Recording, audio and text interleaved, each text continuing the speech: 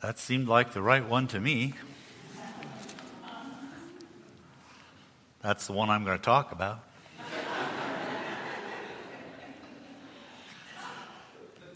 Our lesson from the gospel this morning is from John's gospel, the first chapter beginning in the 6th verse. Listen for the word of God.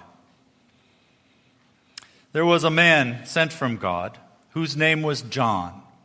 He came as a witness to testify to the light, so that all might believe through him. He himself was not the light, but he came to testify to the light. The true light, which enlightens everyone, was coming into the world. May God add a blessing to this reading of the word.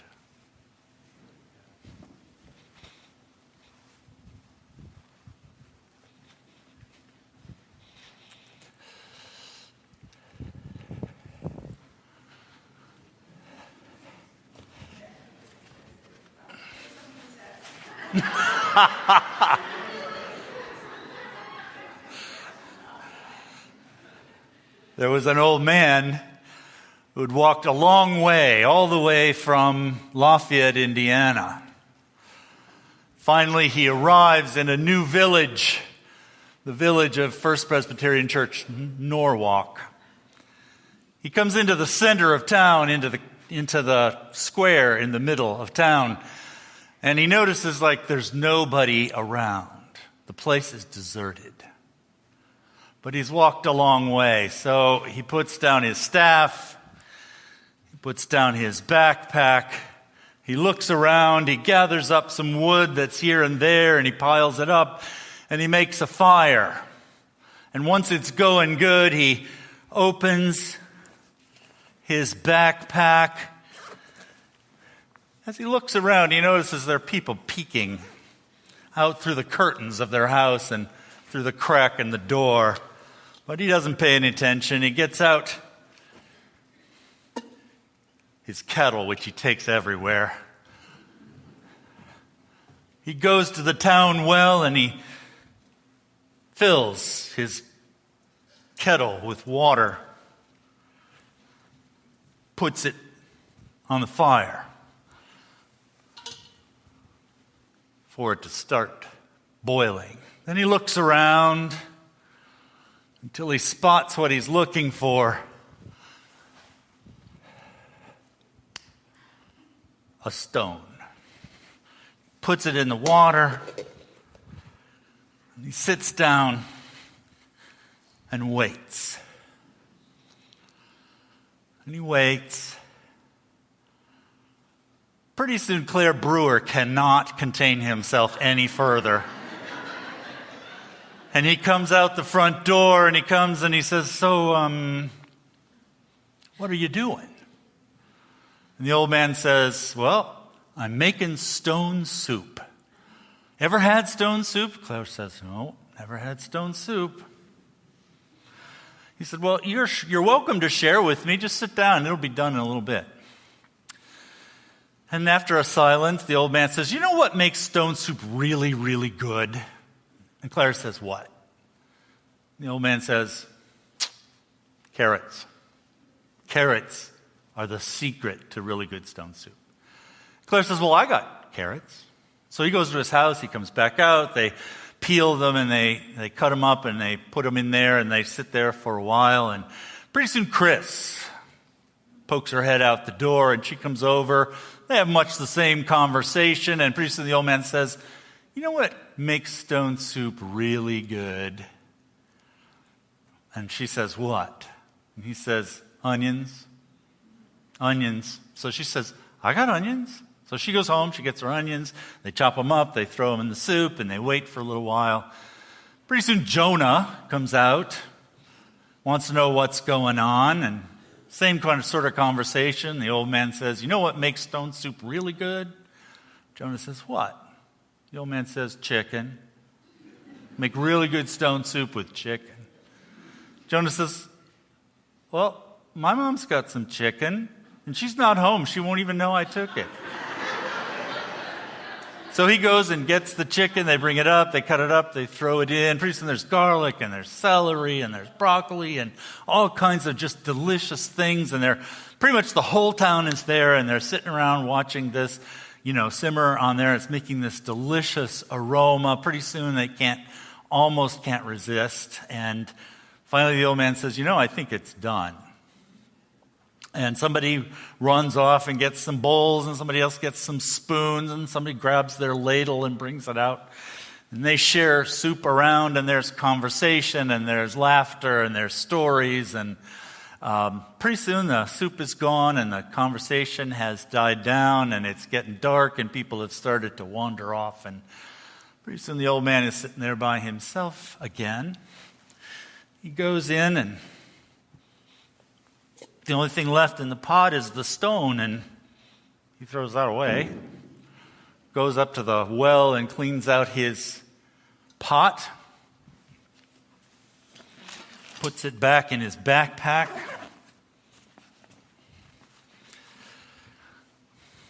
And heads on off to the next town.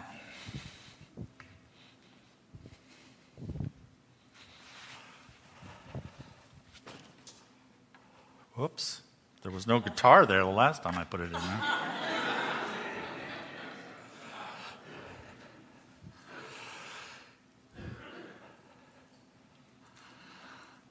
Just keep that story in mind. I'll come back to it. The reading that Jonah read so well from the prophet Isaiah is from the part of Isaiah that's known to scholars and parishioners in the know. Is called 2nd Isaiah. The first part of Isaiah, chapters 1 to 39, is written about 200 years before, and that they call that Isaiah Isaiah of Jerusalem. This is Isaiah of Babylon. And he's writing to a people in exile in Babylon. The Babylonian Empire has attacked Israel and attacked Judah, and they have taken Jerusalem. They've destroyed the temple of God in Jerusalem. And they've taken the top echelon of citizenry from Jerusalem into exile all the way to Babylon. That's how the Babylonians exercised their imperial rule, was they would take the leaders, the religious leaders and the business leaders and the political leaders into exile and leave the normal people in place. So Isaiah of Babylon is writing to these people in Babylon in exile from their homes. And they've been away from home for more than 50 years. And they are really beginning to lose hope that their God is ever going to rescue them. Now, they're not slaves. They're living in a ghetto. They're free to follow their own religion. But they're business people, they're craftsmen, and all of the best business connections, all the best political connections, all the best social connections happen in the temples of the Babylonian gods. And Yahweh, he was a good God for while he lasted, but he got defeated on the battlefield, which makes him a little suspect. And it's 50 years and he still hasn't come to rescue them. And they're beginning to think that maybe they backed the wrong horse. Maybe they and their children and their grandchildren are going to be living in Babylon forever. And that they should probably begin to worship among the Babylonians. And Babylonian religion was pretty impressive. The city of Babylon had a separate gate that was huge, and it was only used on festival days. And the only thing that went in through that gate were gods in ceremonial procession. So these huge idols of the various Babylonian gods would be processed in through that door, and it was really impressive to watch. And these Hebrews in exile are thinking, maybe it's time. So it's into that context that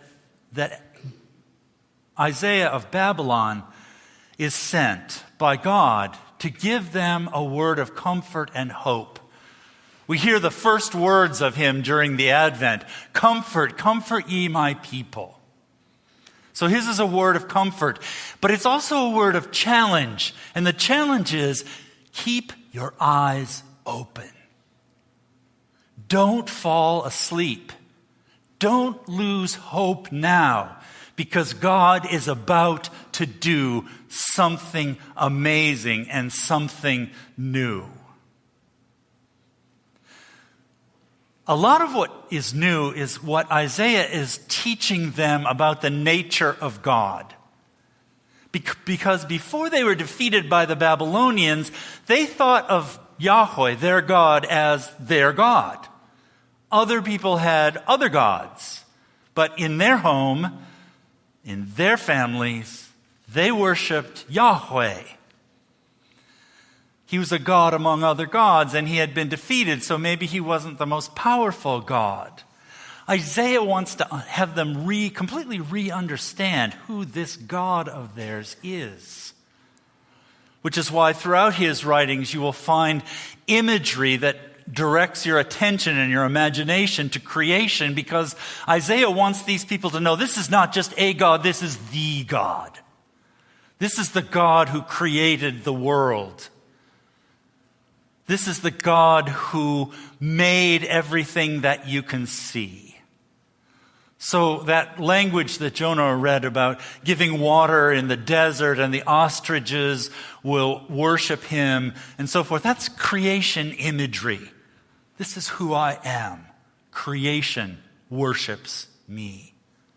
But also the God of history, and he reminds them of the time when they were being led from slavery in Egypt, and Pharaoh and his armies are hot on their heels, and they get to the Red Sea, and they are trapped between Pharaoh and the water.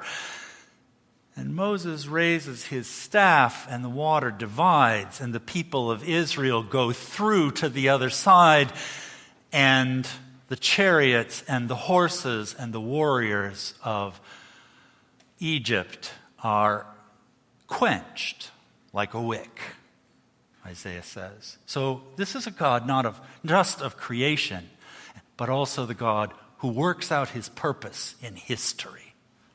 An awesome God. And then he says to them, he tells them all these past things. God was the creator, God was the redeemer of our people. But he says then, but don't think about the former things. Because behold, I am doing something new. Do you not perceive it? Something is happening. Aren't you paying attention? I'm going to do a new thing. And the new thing that God is going to do is restore them to their homeland. Babylon seems like the most powerful, glorious empire that has ever existed on the face of the earth, but the reality of Babylon is that it's a corrupt and rotten institution.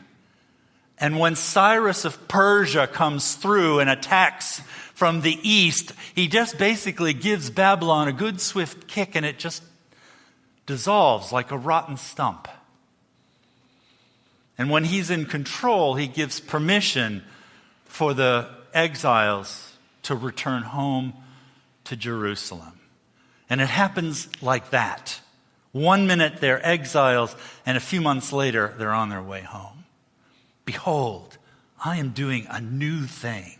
Pay attention. Don't you see it? It's like crocuses popping up from the ground. Don't you see it? There's signs everywhere. It's about to be spring. I'm doing a new thing. 500 years later, after that soil has been turned up and the people of Israel are ready to think of themselves as the light of the world, Jesus comes into the world. Had it not been for the exile, people wouldn't have been ready to see Jesus for who he is.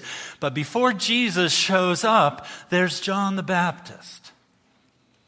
And John is very clear with people that he is not the Messiah, but he is there to get people ready for the new thing that God is going to do in the world through Jesus Christ. So there are moments in the history of God's people, in the histories of God's people, there are moments when God is about doing a new thing. When God says, remember not the things of old. Behold, I'm doing something new. It happened to the Jews in exile. It happened to the people when Jesus appears on the scene. It has happened countless times in countless places over the millennia. And it's about to happen at First Presbyterian Church in Norwalk, Ohio. This is a behold, I am doing something new moment in your life as a congregation. Probably not the first one, probably not the last one. But it is a moment when God needs for you to pay attention, to stand on tiptoes, to see what's coming over the horizon.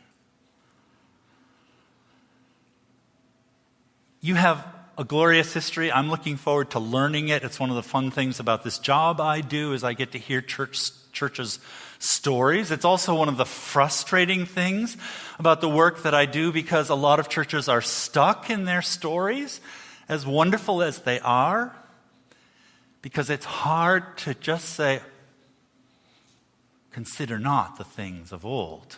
Behold, I'm doing a new thing. But that's the moment where you are. That's why I'm here, is to help you to consider the things of old and then to not consider the things of old, to help you to look forward to what God might be doing in your midst based on what God has done in your past, and to get you ready, not for the new pastor to get you ready for your new pastor, but that new pastor is not the Messiah, and he or she will thank me for saying that over and over again, which I will. But to get you ready for the new thing that God is doing in your midst. You don't know what it is, and I don't know what it is. But we will work together to have our eyes open and stand on tiptoe together to see what it might be, what it might look like, how it might involve all of you. And the secret of this, and the reason I told that story at the beginning, is that I don't bring anything to this process other than my experience. But I'm the old guy, and I just find a stone and I put it in a pot and start it to boil. Stone soup is not good because of the stone. Stone soup is delicious and aromatic and nourishing. Stone soup calls a community together and nourishes that community spiritually and relationally because of the things that you all bring. The carrots, the onions, Jonah's chicken, your mom will forgive you.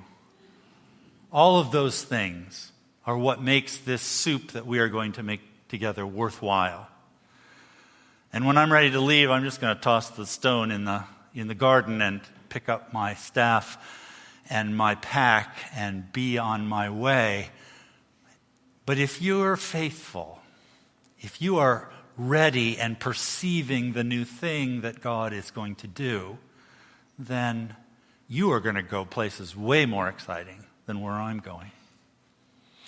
Because God is good, and God is faithful, and God is always doing something new, and God is always with us as we embark on new journeys. So, if you were of the mind that I'm just here to hold your hand and that it's a waste of time and that when can we call our new pastor, sort of put that aside. Because I am, as I said before, the real pastor, and we are going to do real things while I'm here, and we are going to be the church together starting now.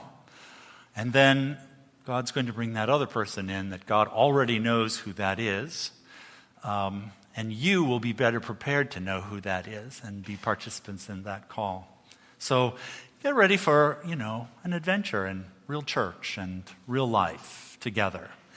And I don't know how long it's going to take. I don't imagine it'll take super long because you guys are a fairly healthy, active, interesting congregation, and you seem to be ready to get to work. So, but however long it takes, God will bless that time and use it to get you ready to move wherever it is that God needs you to be. So thanks be to God.